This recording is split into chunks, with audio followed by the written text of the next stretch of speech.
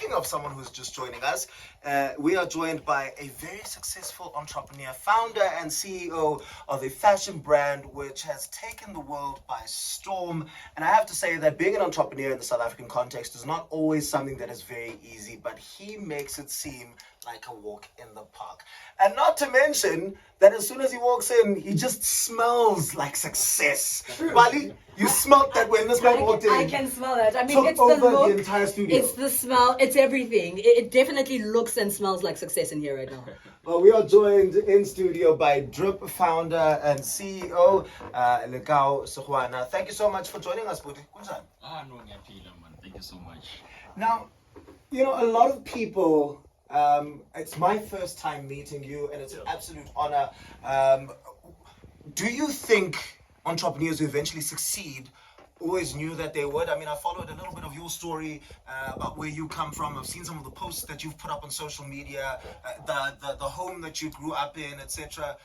Even in those times, did you know you were going to be successful? 100%. 100%. So, you know, I think it's a gene that all entrepreneurs have. You know, we all have that gene, and then we know that eventually it's going to happen. And then you always prepare yourself, because like I actually posted something today on Twitter at 5 a.m. and I was like, your dreams will wake you up very early in the morning.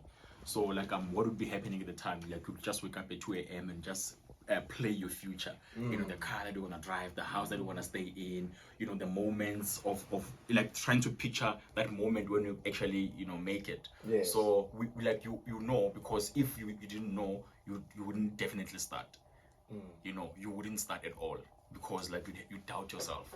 For those who do not know your journey, for those who are hearing about you for the first time, which would be unbelievable that they are, but just take us back a little bit, because it hasn't been too long of a time since you know it's all happened in a very short space of time, which I think is very testament to the amount of grace and favor that you've had in your life, and also the hard work that you've put in. So take us back to Lekau a couple of years back. Where were you, and how did you break out of where you were to finally start what has now become one of the most worn foot brands in South Africa? Yeah, man, I'm highly blessed and favored. I was born in Polokwane, Tefluop, and then my parents divorced in 1990 when I was 2. So my mom moved to Joburg, Alexandra, and stayed there up until 1994. And then there were, you know, Inkatha ANC type of fights during those times. It was tough in Alex. So my mom like had to run to Ivory Park. So she had to, you know, migrate to a lesser violent township, you know, during those times, which was Ivory Park. It was also like a newly established township, just on the outskirts of Tembisa and outskirts of Midrand as well. So yeah, that's where I come from, and we've been there ever since 1994. I grew up there, you know, like I always take people where I grew up, and then there are these tall trees there. And I was like, when we moved there were no trees at all, and the informal settlement is still there. So I come from Ivory Park. I went to school in Ekrinisweni Secondary School, my high school, and I think me going into Ekrinisweni, that is when I actually became so conscious about my background. Because in primary school, you know, we're just kids, we're just playing, you know, almost all of us were the same. But then now you go to this big school, people, you know, during Jewish days, you know, they come wearing like nice clothing, and then you can't wear that. So that's when I was so conscious. Okay, cool. Oh, there's a tech shop there. I can't buy there because I don't have money. So I started, you know, withdrawing from like socially. So I started not having friends and just being alone. So, but during those moments, that's when I was like, okay, cool. If I am poor, I have to do something about it. And I was 15. So that's when I started, you know, designing clothes and just being that guy. So I became the most popular kid, you know, in school at the time. I had beautiful, crazy hairstyles. You know, I designed shoes, and then like using denim from head to toe. I just be rocking denim every day. So I was now that popular guy who's into this fashion thing, but also the fashion thing was just a phase. In the background, I was a business guy. So I was now researching, you know, your Herman Mashabas of this world with Black Like Me. I was now researching business people, Patrice Motsepe, Robert Kumete. I was that kid who knew almost every business person in South Africa. And the most important thing, with me doing that research at the time was how they actually started their businesses, because I wanted to see how far off they were from where I was, when I started. So I was like, okay, cool. Most of these guys actually had almost the very same background as mine. It means it's possible. And I was just a kid in high school. Yeah. So from that mindset, I started registering companies, and eventually I even failed my matric, in 2007, because I was now this guy who wanted to, meet every business person in the room. And the only thing that made me to want to go into business was that I just wanted to break, the generational curse of poverty in my family. And when I was young. And went back again 2008, I wrote the 2 subjects and then I passed. And then I was like, okay, cool. I feel like, my friends are now in university and they've left me.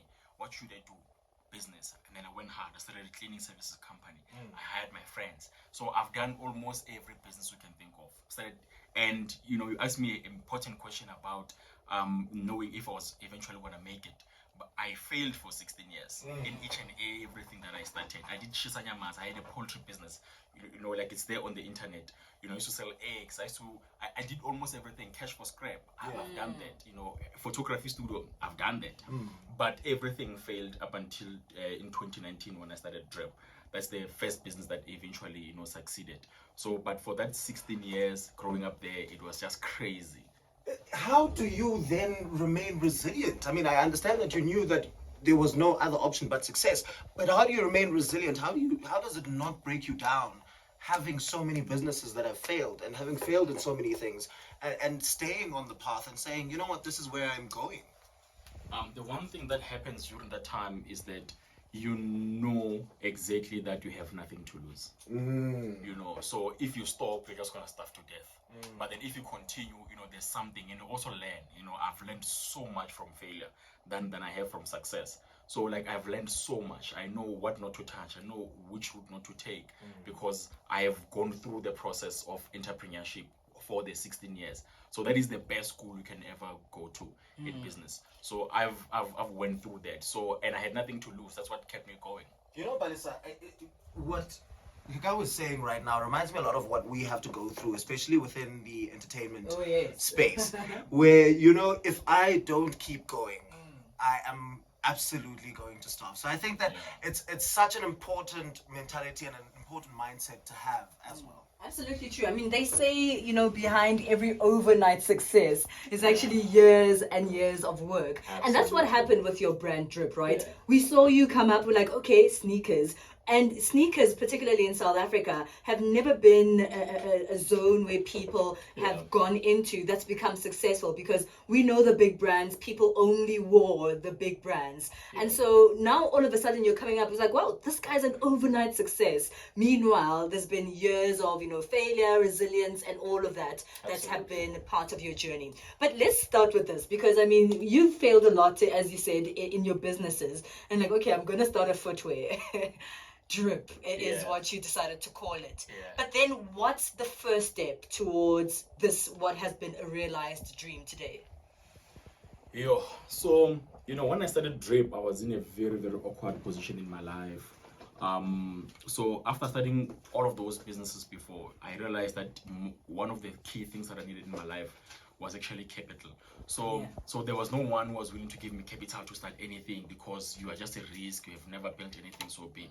So I went to school and I studied civil engineering, at an FET college. And then I started getting jobs, as a site manager in construction. Okay. So now I was able to raise capital for my next venture. So the poultry business, I actually funded the business myself, but I had to quit my job. So meaning that now I'm going into a very big risk right now of actually losing so much money. And yes, it happened. So I lost everything. So I was in that position whereby now I have a car, now I have rent to pay and everything. I'm now in a far much more worse position than I was when I actually, started. So I sat down as like, if there's only one thing that can actually save me, which is the first business that I actually started, which is fashion. So initially it was more about the fashion thing, but I was like, fashion is now, it had a time I felt as if like it was now overly done. There were t-shirts, almost everyone owned a t-shirt business. And I was like, I wanted to tap into a niche, like what is it that I can do? Actually, I wanted to do formal shoes. Okay. So just as when I was about to get a sample, I was like, that is not me. I'm not a guy who wears formal shoes. I'm a hip hop guy. I know I'm a Kwaito guy. what do I know about formal shoes? Yeah. Maybe I should just do, sneakers. So that's how the concept of drip actually started. Even the name, I needed, a name that is so short and just specific about what we are doing. Yeah. Right now, everyone like who's looking nice, we say they're dripping. Yes. So it's a reference of, what, the shoe is about. It's about drip. It has to be aesthetically appealing to people. So that is what, was going through my mind during the time. And eventually I came up with a beautiful logo, with a beautiful concept. And then from there, I never looked back.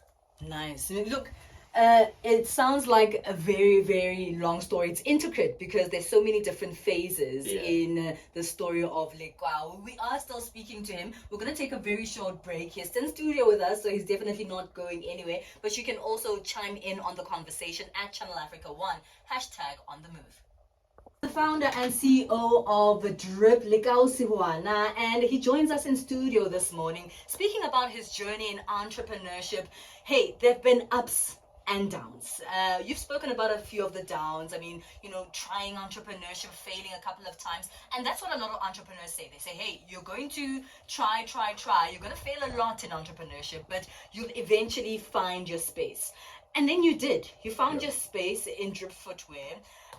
I'm sure for you, with your background, both in business, but also your background in life, it was like a dream, seeing this actually being positively received, people actually putting these sneakers on their feet as a fashion statement. How does that part of your life factor into what you've learned about yourself and who you are in entrepreneurship? When you build, a product and then you see someone wearing it, it's so magical. It actually changes you. The humbleness that it gives you because someone, got out of their way to actually support your product or to believe or to buy into your dream. It actually changes how you think. It changes how you view people. And then also, I don't see success as the material things. Like you start seeing success as how many people can actually make to wear my product.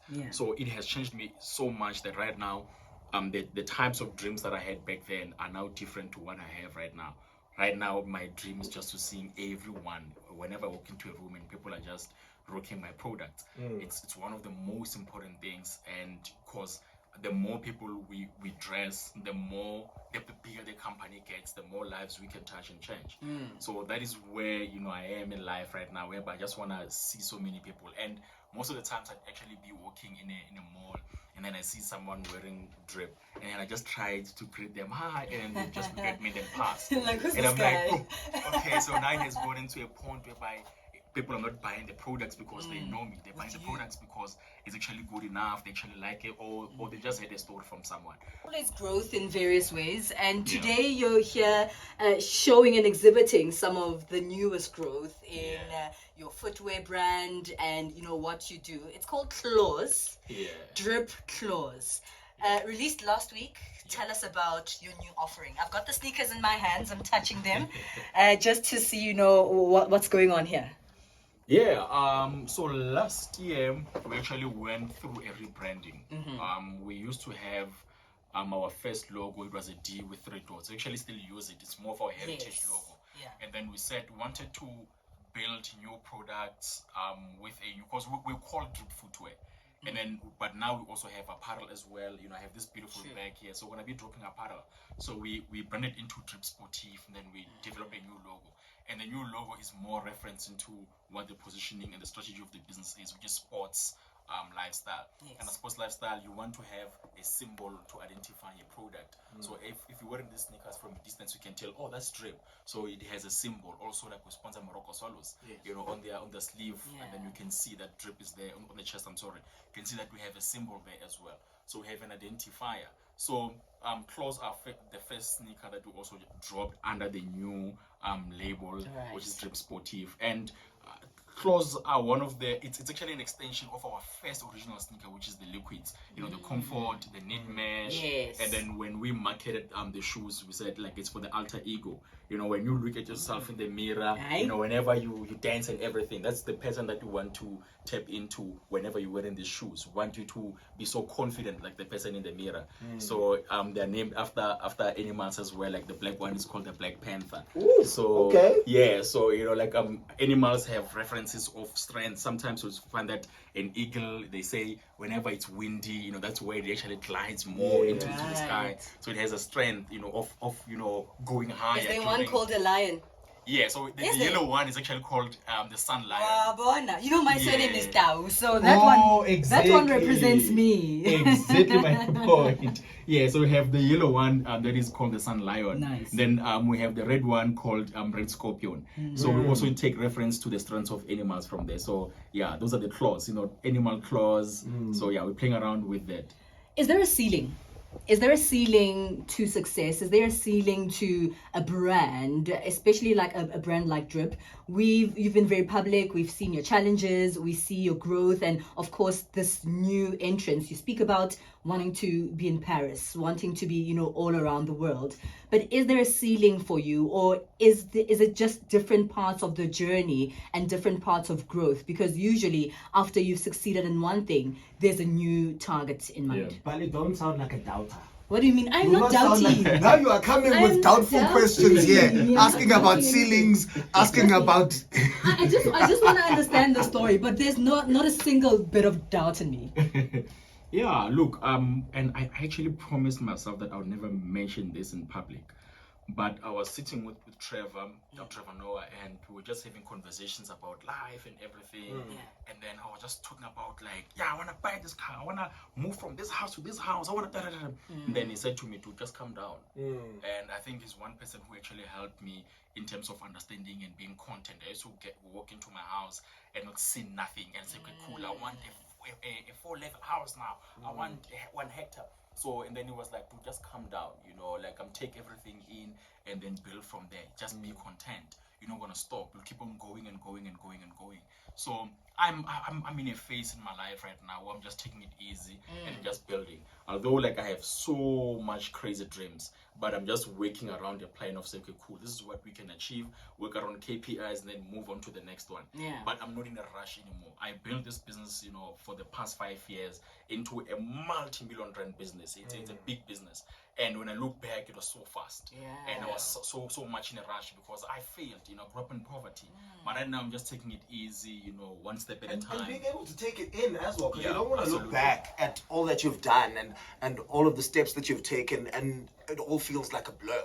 You know, so it's also very important to be able to take it in and to be able to reflect and say, I've actually done well. And be able to pat yourself on the back. Gratitude is very important. And honestly, I don't even see that in my life. Yeah. I don't even see that I've done well. Like I don't like there's something that Kanye West said. He said one of the biggest things that challenges him in life is that he will never ever see himself perform live. And one of the things that is punishing me right now is that I can't look at my life from the outside. It's so hard when I walk into people like, you've built a big business, and I'm like, I get scared a lot. Yes, of course. Whenever we have to launch a new product, like I get scared. I'm like, will the public buy into it? Those are things that actually scare me because there's a lot of like we don't want to embarrass ourselves, you know, with a bad product. Now, you know, it's not, but also like the fulfillment of actually building something and then it's actually a success. But I actually walk into the warehouse and I just see boxes that are not packed and I call the warehouse guys and pack the boxes. I never really walk in and I'm like, wow, you know. And I have a beautiful corner office, so I can see all the company cars from outside. I never look at them like, wow, we come along. I used to deliver shoes using an Uber, so now we have a fleet of cars. I never look at them like, wow. Look at this. I was just like, why didn't Jerry actually service the cars? That car is a new tire. So that's what I always do. And it also happens when I walk into my shops. And whenever I walk into my shops, I always look at them like, okay, cool, why is that cable hanging? So I think I just need to calm down most of the time. So like, just calm down, just walk in, don't, you know, get people to wear. Just people relax and then just walk out. You know, Africans are the only people in the world who wear or who see each other as a representation of the continent and of each other. There's, you know, brand proudly South African. We're the only people, in fact, you know, in the world who wear logos of the continent or the shape of the continent because we see so much pride in who we are. In creation of this, what were you cognizant about that? Do you manufacture in the country? Do you keep things within the space to, you know, continue to grow the people of the country and the continent, even in your international growth eventually? Yeah, absolutely. You know, like there's a strategy that we have right now. Sadly, I can't say it, but it's so centered around us growing into Africa. Right. But we also don't manufacture in South Africa. You know, Okay. only the packaging that happens here because we don't have the technology and the finances to actually build our own factory. All right. So yeah, but we are like I'm an African. You know, I was born in Africa. Yes. So my mindset is always about solving, you know, problems of African child. We're also going to be launching our beautiful foundation soon. I can't say too much, but it's centered around an African child as well. So those are the things that I actually think about a lot. But we're also growing outside of South Africa soon as well.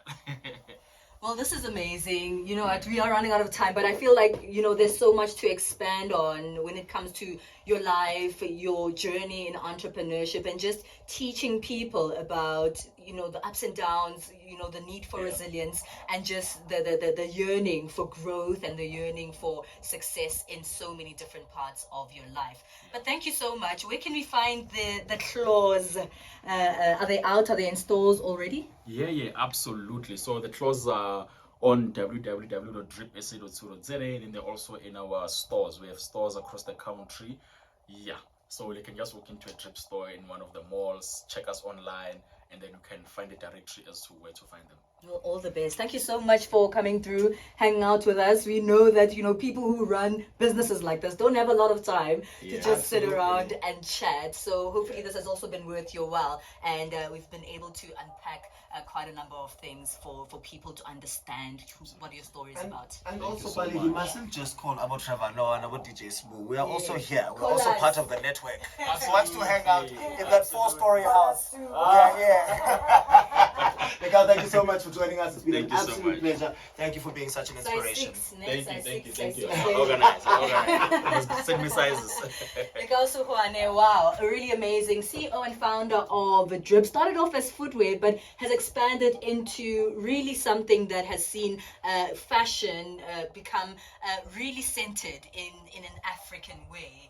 And, you know, Black child, it's possible. That really is what the story is here. It definitely is possible. But let's wrap it up and head on over to our sports desk once again. It's almost 10 to 12 Central Africa time. File Lungwati giving us our final sports news for the morning.